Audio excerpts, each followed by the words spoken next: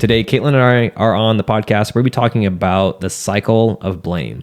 So, Caitlin, you ready to rock and roll? Yes. All right. So just a quick overview. The cycle of blame is something that we see often with either incoming clients or our current clients. And this is something that we've both struggled with throughout the years and something we've really grown to kind of identify and fix with some help and with the help of each other. So we really hope that this helps you guys kind of identify where you might have some deficits and how we can improve upon that to not only reach your fitness goals, but also help you in life in general. So the cycle of blame is this. Usually when we're in a situation that is not ideal, we tend to blame our circumstances first, then we blame other people, and then ultimately we'll blame ourselves. And what I've seen throughout the years of coaching and, even in my own personal pursuits and throughout my whole life is that winners and losers ultimately have the same goal. But what separates those who actually succeed? And there are a lot of variables, but ultimately what I see, at least from what has happened to me in the past, is that it starts with myself. And when you blame other things or give into bad habits, those things own you. So don't let them own you. Don't give those things power.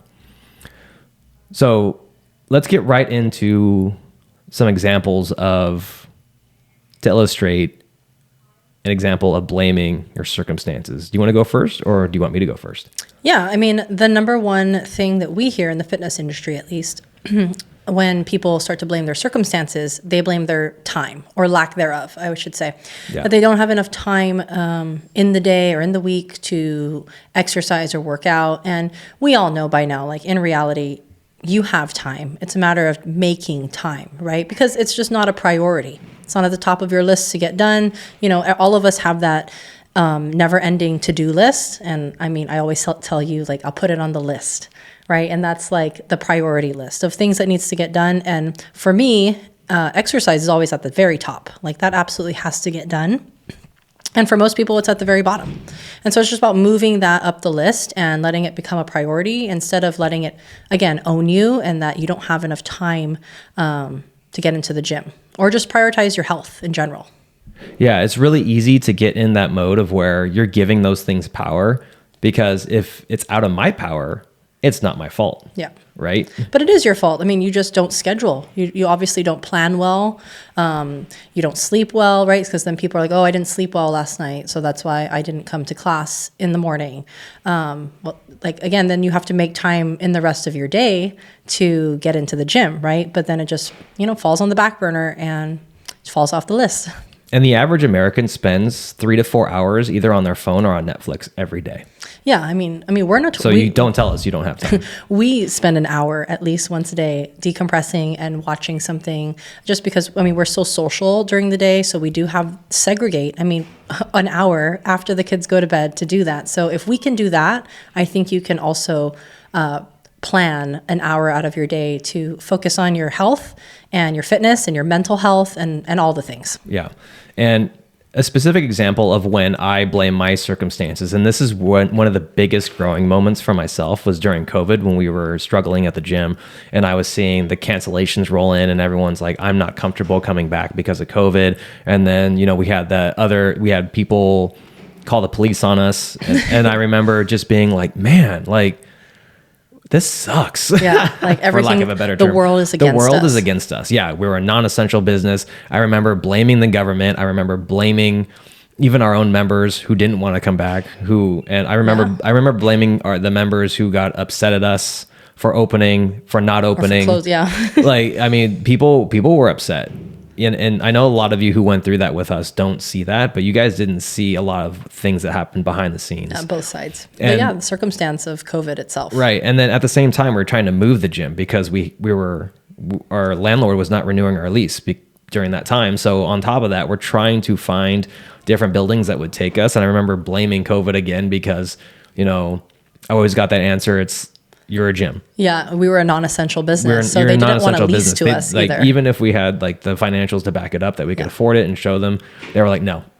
Yeah, the timing and the timing circumstance was horrible. so bad. But at the same time, we didn't let that get to us. Exactly. It came down to the last month. Here's the thing though, as I still blamed it. Blamed it, but guess what? I remember having this epiphany at some point, and I was like, it doesn't matter. Yeah, this isn't how it's going to end. It doesn't matter. Like the circumstances suck, but what's the alternative? Yeah, we still had to get it done. Yeah, the alternative is closed, and I have a family of 4 at the time. And it's like, what are we gonna do? Like, I'm not qualified to do anything else, so this is my only path forward. Nobody was hiring either. Yeah, exactly. So it was like either we go for it, like it was one or the other, and we didn't have time to really do that. And that's really when my eyes opened to where I kind of stopped blaming my circumstances. I couldn't really put a label on it like I can now, like the cycle of blame. And remembering the cycle of blame really helps me, because it's like it's really easy even to this day to fall in that victim mentality of like, okay, am I blaming my circumstances? Am I blaming other people? Yeah. Or am I blaming myself? It's easy to identify now. Yes. And then from there strategize, how to move forward. Exactly. Once you can identify it. You're essentially operationalizing the word victim mentality. Yes. Into something that you can understand and dissect and have an action plan. Be like, am I doing this? And asking yourself the right questions. And then when you ask yourself good questions, you're able to execute, because that gives you clarity when you're asking yourself the right questions. For sure. Let's move on to blaming other people. Yeah. I mean, such a good one. I mean, This is a good one. People blame other people all the time. I mean, I think, again, going back to fitness, number one, people blame the fact that they have kids or they have a family. So my spouse won't let me. Yeah, my spouse won't let me, or I have to check with my spouse first. That's like one of the definite sales tactics that people throw in all the time, right? Is that they have to check in with something or someone else, or someone's restricting them from doing maybe what they want to do. Their mom, their dog, whatever. Yeah, whatever. So blaming other people instead of taking some ownership. I think taking ownership is definitely something everybody has to work on these days. Instead of automatically kind of like reaching out and trying to find something else to, again, place blame on. Yeah, exactly. And so much of it comes down to, sometimes I think people are looking for a reason to fail. Yeah. Instead of a reason to succeed. Exactly. They're looking for a reason to fail, so that way they can blame it on something other than themselves. Yes. And it's what, I remember doing this. Like, I mean, we've all Googled something and WebMD came up and we're like, I have cancer. Like, we're looking for a reason for a worst case scenario to happen. Yeah. And so we got to get out of that mentality. And, we're just looking for reasons for negativity. Yeah. And we got to get out of that cycle. Mm-hmm. I think a good example would just be like in a workout. I mean, when you're doing a workout and maybe like you're 5 cals off of finishing the workout. You DNF'd the workout, you didn't finish it, but you were so close to finishing it. What's the first thing people do? They blame why they didn't finish it. Mm-hmm. Oh, well, I wasn't feeling 100. If I was feeling 100% today, maybe I would have finished it. If I ate 30 minutes earlier. You automatically try to place blame somewhere. If I didn't have Taco Bell last night. Or, if my friend was here, I could have pushed harder. Maybe if I worked out with so-and-so, I would have done better. When in reality, it's just like, you didn't have it today. It's on you. And that's okay. And it's look internal before looking external first, as far as like, did I choose to do this, or did I make those decisions to lead me here, instead of always reaching out. Yeah. And a lot of times I've struggled with my behavior that stems from my emotions. And a lot of times I used to blame my dad a lot, because I don't tell people this a lot, and I'm not actually 100% comfortable putting it out there right now, but Caitlin knows. But my dad and I did not have the greatest relationship growing up, and there were times where he said things to me and told me stories about me that were not true, and made me feel. It's really even hard to describe with how I felt, but I felt I didn't feel loved. Let's just say that. Mm-hmm. I did not feel loved. And some of my emotional instability throughout my developing years I always blamed that. Mm-hmm. And at the end of the day, even that doesn't matter. I mean, just full disclaimer, and just so you're aware that my dad and I have a great relationship now. We talk all the time. So just know that we've made amends. But, you know, at the end of the day, it's not your fault, but it is your problem. And I tell myself that all the time. And that really helps because it allows me to have a little bit like a one sentence victim mentality. But then when I say it's my problem, then that's when I go into problem solving mode. Yeah. Because it's your choice. Too. Yeah. It's your problem, your choice. Yeah. And, you know, another example is that one time at our current gym, and this happened recently, there was a, I think it was around Christmas when people just dumped a ton of trash from their Christmas presents into our dumpster. And I wasn't mad, but I was a little heated. I was a little pissed because I'm like, really, guys? Like, you're just going to dump all your crap into my dumpster. And then I remember just being like, well, it's not my fault, but it is my problem. Yeah, that's a great example. Now it's the garbage guy's problem, actually. Yeah, exactly.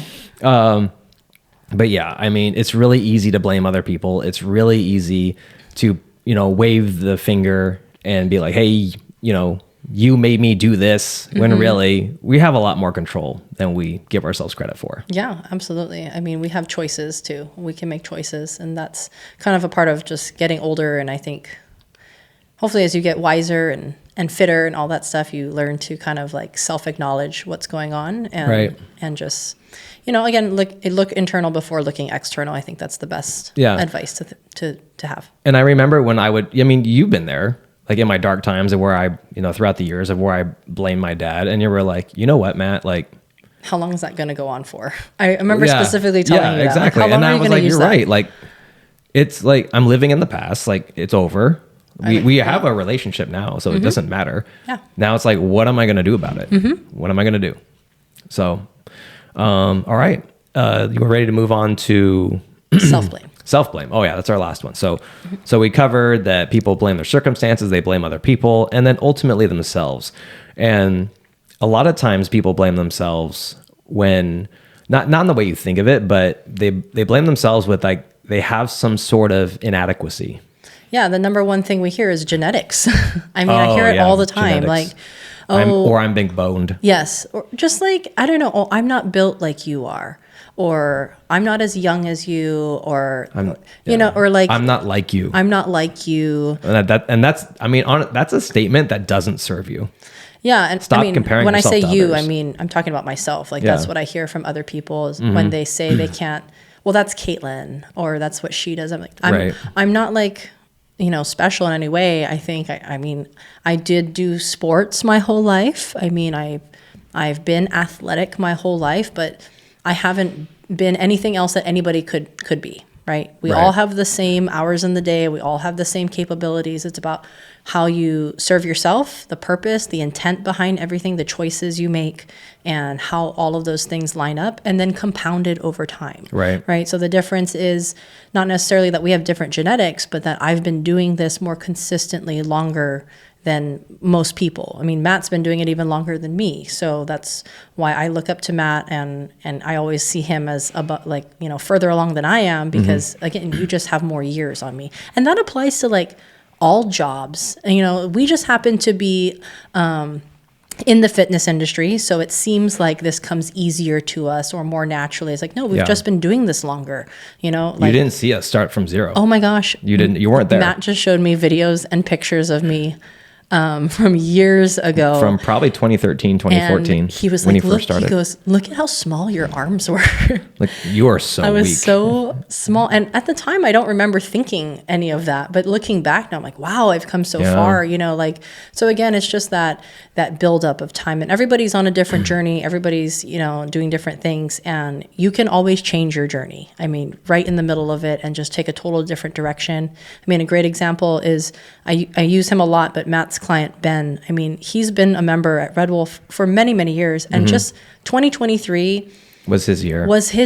Like, he with worse circumstances, mind you. Yeah, he just made a huge choice and commitment to actually do something about his nutrition and really dial in, you know, all the different aspects. And he lost 70 pounds. Over 70 pounds. Over 70 pounds. Counting. He's still losing pounds. Yeah. And he actually gained some muscle recently. He was losing some muscle for a while. Yeah. But then now he actually started gaining muscle again, and he's still losing body fat percentage. Yeah. And I mean, amazing story, because I remember, I mean, I see him every year, and like just to see huge progress because of, you know, one or two big choices and decisions and commitments. And I know that that's capable for everybody across the board. It's just a matter of when are you going to do it? Yeah. And just for context, the last scan, because we can't see all his scans, we scan pretty frequently. You but, can actually. I'll show you how. Okay, we'll figure that out later. But at least I remember seeing him at 245 pounds.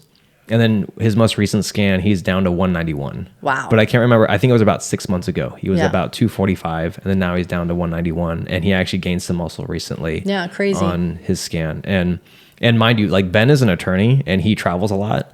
And he does litigations. He does calls all the time. Like he's half the time he'll stop during the workout and have to text someone back. Yeah. Because it's urgent, and he shows up, he's tired. He's very rarely is Ben ever at 100%. He always comes in looking tired, and that's not a bad thing. He shows up anyways, and guess what? He does the work. I think for years, you know, he probably was someone who blamed his circumstances, blamed other people for, you know, him not being able to fully execute on his goals or his health and fitness. And then finally, when he probably like looked internally and was like, you know what, I need to make some serious decisions. And that's what he did last year. And look at this huge progress. So, I mean, again, the cycle of blame, figuring out what you're doing and why you're doing it is the first step. And then from there you can execute. And I think that it just came full circle for him last year. We're so proud of him. It was awesome. He's so proud of him. He's made so much gains this year, and it was a steady progress too. Very rarely do you see someone make progress to where it's like, okay, I have this goal. I want to get under 200 pounds and they actually stick with it. And you actually see the entire journeys come together bit by bit, workout by workout, scan by scan, and then you see it, and you're like, "Holy crap, we made it!" Yes, and we like. I remember like we like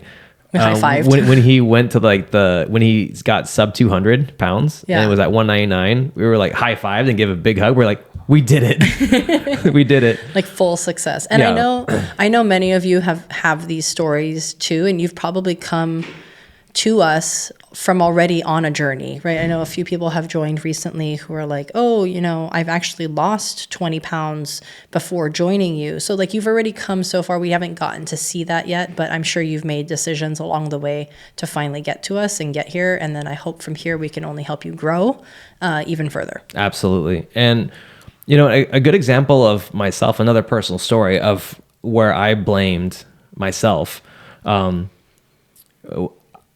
I've said this before, but I grew up with dyslexia, and you've even heard me blame my dyslexia 100%. For certain things. And guess what? I mean, I still have it. You can't get rid of it. And I remember specifically that when I was diagnosed with it, I remember having this wave of relief, actually, of being like, oh, so that's why I'm an idiot. That's why I'm stupid. That's why I'm getting terrible grades in school. And kind of leaning on that as a crutch, which was definitely the wrong move. And I remember specifically doing work and like, I think I was doing homework at home, and I remember throwing my hands up and being like, I'm done with this. I'm not doing this. Why? Like, I'm stupid anyways. And I remember my parents looked at me and they were like, stop blaming your dyslexia. That doesn't give you an excuse. Yeah. And that was a great wake up call for me, because it's not. It doesn't matter. Like everyone, like you play the hand that you're dealt, you know, because we all have different circumstances. We all have bad things that have happened to us. We've all lived different lives, but to think that other people haven't had it worse than me is incorrect. 100%. to say the least. You hear all the success stories all the time of, you know, the people who have overcome, you know, tremendous difficulties, being the top or elite in whatever, you know, field they're doing. So it's all out there, but it's about like when you have someone around you who's done it, who can inspire you and push you in that direction, like that's what's needed. Oh yeah. And so many of our members are inspiring to me, because I know for a fact, because I know a lot of our members' backstories. And what's funny, guys, is you know them too, and you would never guess that they've come from absolute crappy times. Situations. Yeah. And I take so much inspiration from them because they never bring it up. Like you would never guess that they were in those circumstances. Oh, for sure. Yeah. Like we've heard some stories. We're not going to tell it on here because that's personal and that's not in our, that's not allowed. But it helps me get out of the cycle of blame because we have members at the gym who've had it far worse than me and who are far more successful than me. So to think that I can't do the same with better circumstances is, the outcome can happen the same way for me. I mean, I think the whole thing also stems from like this whole bare minimum mentality that's kind of happening now the last few years of everyone being like, oh, like almost being okay with giving the bare minimum or again, like placing blame on why we do things, but just having higher standards, like that's a great thing to have. Like just raise your standards up a little bit and all of a sudden you're able to achieve so many different things, right? You have to first believe and envision that it can happen and then, get it done. Yeah. And I'll tell you, let's do a pet peeve right now. Because one of my, what's your pet peeve? One of my biggest pet peeves, and it's not that the message is wrong, but I can't stand it when I see social media influencers or other fitness people be like, it's okay if all you got in today was a 1 minute walk. Or it's okay if you didn't eat your vegetables today. Yeah. And it's not the wrong message, but I see that over and over and over and over and over again. And what irritates me is the fact that people accept the bare minimum as being acceptable. The bare minimum is good. Don't get me wrong. Like if that's all you could get in today was a 10-minute walk or a 1 minute walk, I don't care. Good for you. Awesome. But that is not what is required. Yeah. You have to do what's required. Yeah. And this leads perfectly into something I want to say is that I stopped using the phrase, I'll do my best, because I hate it. Because most of the times in my life, I realized that my best wasn't good enough. Let's be honest. My best wasn't good enough. I look back and the thing I would tell myself again is, Matt, don't do your best. Do what's required, because what is required is usually better than your best. Yeah. And winners are built for the fight. We said earlier, winners and losers have the same goal. Winners are built for the fight. Yeah. I mean, just pushing forward and, raise your bare minimum, basically, I guess. I mean, it's okay to have a bare minimum, like Matt said, but I guess just slowly over the years, you got to start to like raise those standards up in order to push yourself forward. I think you're either remember we said it before, you're either going forward or you're going backwards. There's no maintaining. I think a lot of people actually get into fitness, and once you've been doing it for a few years, you're kind of like, well, at least I've maintained over the last few years. And to me, I mean, maintenance is great and all, but I mean, you still have to be improving in something else. There should be a goal. There should be a task to push you forward. If you're not getting better, you're getting worse. It's just like that. Anything worth doing is worth overdoing. Yeah. Wow, you got all the quotes today. I watch a lot of movies. Yeah. That's from Lone Survivor. It's a good one. It's a great movie. If you haven't seen Lone Survivor, it's the movie about Murph. Yeah. So we watch it every year. We watch it every year before we do Murph. And exactly. we're like, we get pumped up. We do get pumped up because I'm like, I have to do it now. Yeah. Out of respect. Add that to your traditions, everybody. Watch the Lone Survivor before you do Murph, and you'll be super inspired. Yeah, it's very inspiring. Let's kind of get into a framework now of what people can do to get out to break the cycle of blame. And I think it's important to remember that just like with anything else, anything worth having is going to come with a price tag. And so growth, progress, and success are preceded by discomfort. So the framework that I like to use is the first question I ask myself is, what story am I telling myself? Because the thing is a lot of times that when we blame our circumstances, our brains are not rooted in reality. And the issue is no human being on earth actually sees true reality. We all have perceptions, but we don't have perspective. And this is why coaching, I think, is so important, because bringing it back to fitness is like we have people who come in with a certain perception, but they don't have perspective. For example, I mean, frequently, at least once a month, we get someone who wants to lose 30 pounds in 2 weeks. And we have to manage those expectations. Yeah. So what story am I telling myself? So am I telling myself that I'm a victim? Am I telling myself that I'm not good enough? Am I telling myself that it's this person's fault? Am I telling myself that, I'm not like that? And if you are telling yourself that, ask yourself, what is required for me to do that? Or what competency am I lacking? So you have to identify the problem before you can solve it. So what story am I telling myself? Yeah, like what is it going to take, right, for me to accomplish X, Y, Z? Can I do those things? Working backwards. I mean, I've said that in the last podcast, goal setting, everything. Having a vision and then working backwards really helps me achieve all my goals. And I think in visualizing, I've really started visualizing a lot more, not just in my fitness, but in life itself, visualizing and manifesting things to try to make them happen. Really, I mean, I'm sometimes amazed actually when things happen and become reality. I'm like, wow, I actually did it. So first step is, visualizing what needs to be done and then executing upon that. Yeah. And one thing that also helps me is that I try and view everything as a skill. So instead of me immediately dismissing that I can't do something, or I mean, how many times do we hear that? Like, I can't do that. Yeah. I'm like, you just need more reps. You need more practice. You need more intent. Like, so many things. That is a good one. I can't do that. Like, I hear that all the time. All the time. Or why can't I do this yet? You just haven't done it enough. Like, you've done it. It's a skill. You've done it 2 times in your entire life, and you're wondering why you can't do something. I mean, did you learn how to tie your shoes in 2 times, or did it take you months? Probably months. Yeah. I had a good talk with someone the other day, actually. Thank you for bringing that up, because that reminds me of a conversation I had with a member, and they were like, they're a little bit newer. They've probably been with us about a year, and they were kind of down, and they were like, Matt, like, how do you get to how you are?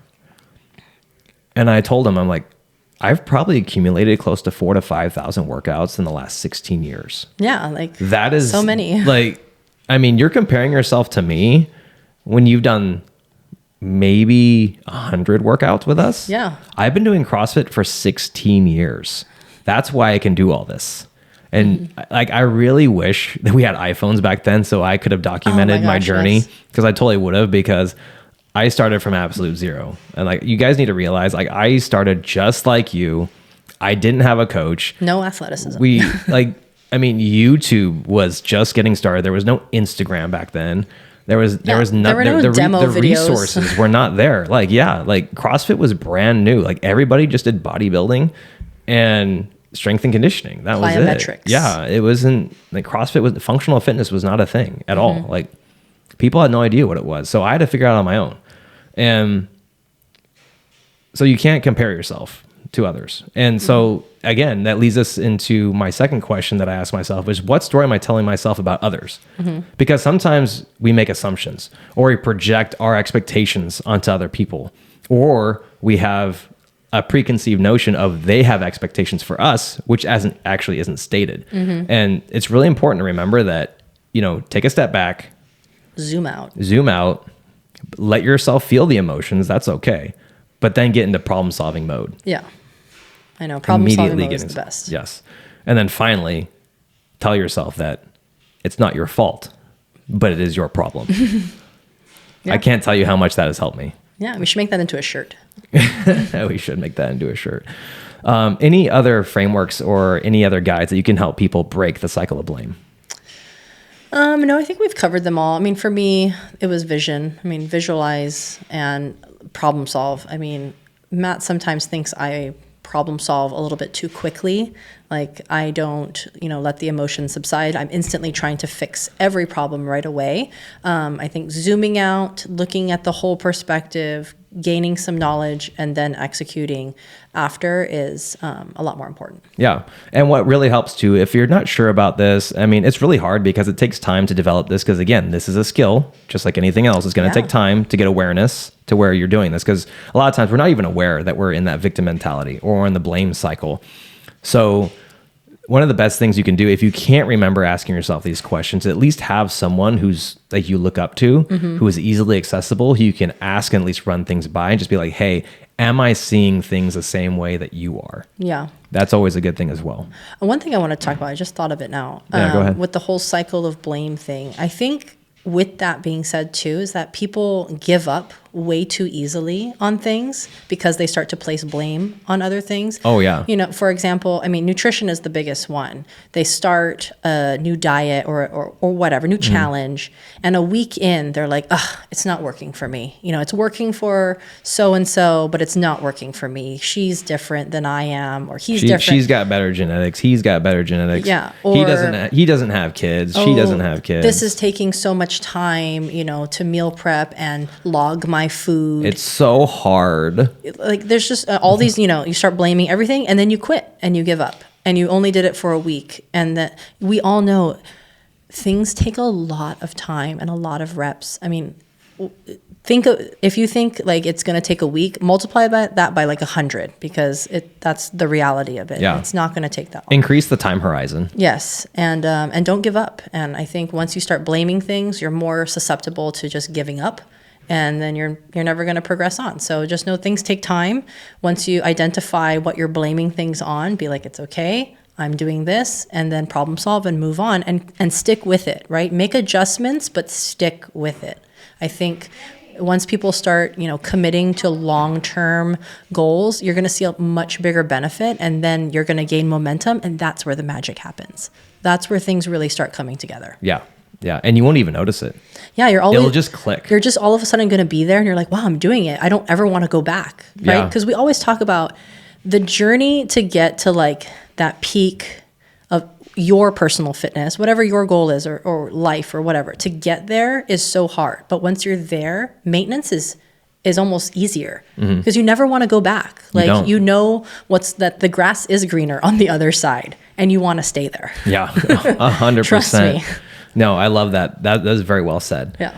Any final thoughts before we start to wrap things up? No, I think that was it. All right, cool. Well, I'm just going to kind of give you guys a quick summary and just so you know that these are just things that work for us. What might work for you might be different.